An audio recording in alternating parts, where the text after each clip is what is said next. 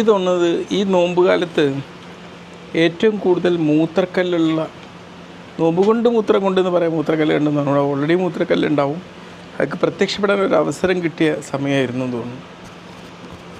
പലർക്കും എന്താ പ്രശ്നം വെച്ചാൽ നോമ്പെടുക്കുമ്പം വെള്ളം കുടിക്കുന്നതിലുള്ള ഒരു അശ്രദ്ധയാണത്.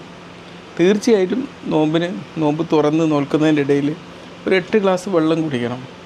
അതുപോലെ തന്നെ നോമ്പ് തുറക്കുമ്പോൾ എല്ലാവരും വെള്ളം കുടിച്ച് തുടങ്ങും. നോമ്പ് നോൽക്കുമ്പം ആരും ഇതൊന്നും ശ്രദ്ധിക്കാറില്ല. നോമ്പ് ആ ഒരു ബാങ്ക് കൊടുക്കുന്ന സമയത്തോടനുബന്ധിച്ച് വേണം നോമ്പ്. ഇപ്പം അതാ ബാങ്ക് കൊടുക്കാനായി. ഇപ്പം 2-3-4 കാരക്കയും ഇതുമാണ് നോമ്പിന് ഉപയോഗിക്കുന്നത്. പിന്നെ കുറച്ച് മിക്സി കഴിച്ചു, കുറച്ച് മാത്രം.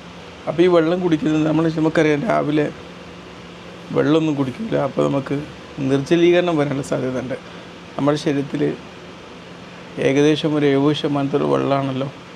വെള്ളം ശരീരത്തിൽ കുറയുമ്പോൾ എന്താക്കും, നമുക്ക് തലവേദന അനുഭവപ്പെടും, നല്ല ക്ഷീണം ഉണ്ടാവും, തലകറക്കുണ്ടാവും, വായ വരണ്ട് പോകും. അപ്പോൾ നോമ്പ് നോൽക്കുന്ന ഡ്യൂറേഷൻ വെള്ളം കളിക്കാത്തത് കൊണ്ട് ഇതിന് വേണ്ടിയിട്ടുള്ള ഒരു റിസർവ് വെള്ളത്തിൻ്റെ ശേഖരം നമ്മുടെ ശരീരത്തിൽ ഉണ്ടാക്കിയെടുക്കണം. നമ്മുടെ വൃക്കയുടെ ആരോഗ്യം ശരിയായി നിലനിർത്തണമെങ്കിൽ വെള്ളം അവിടെ എത്തണം. നമ്മൾ വെള്ളം കുടിക്കുന്നതുകൊണ്ട് നമ്മുടെ വൃക്ക കേടാവാതെ സൂക്ഷിക്കപ്പെടും. വിഷാംശങ്ങൾ പുറത്താക്കാൻ സഹായിക്കും. മൂത്രം ശരിയായി ഉണ്ടാകാൻ സഹായിക്കും. വെള്ളം കുറയുമ്പോൾ മൂത്രം കുറയുന്നു, കിഡ്നി പ്രശ്നങ്ങൾ ഉണ്ടാകാനുള്ള സാധ്യത കൂടുകയും ചെയ്യും. നോമ്പ് സമയത്ത് തീർച്ചയായിട്ടും ഭക്ഷണം കുറവായിരിക്കും, വെള്ളവും കുറവായിരിക്കും.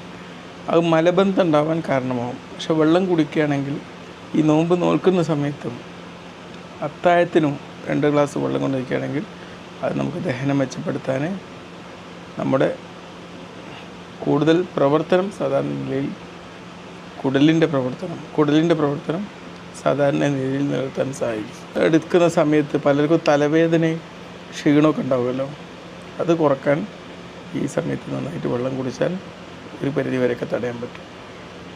അപ്പം എത്ര വെള്ളം കുടിക്കണം നമ്മൾ? 2-3 ലിറ്റർ വെള്ളം ഇഫ്താറിനും സുഹൂറിനും ഇടയിൽ പതുക്കെ കുടിക്കുക. മെല്ലെ കുടിക്കാവും. പ്രവാചകൻ ഇങ്ങനെ പോരി വലിച്ചൊന്ന് കുടിക്കുക.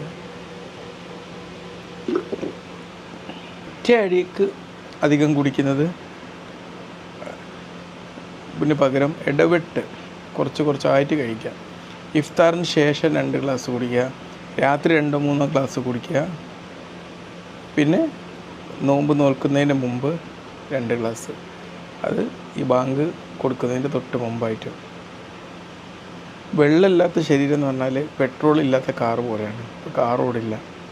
അങ്ങനെ തന്നെയാണ് നമ്മുടെ ശരീരവും ക്ഷീണിക്കും.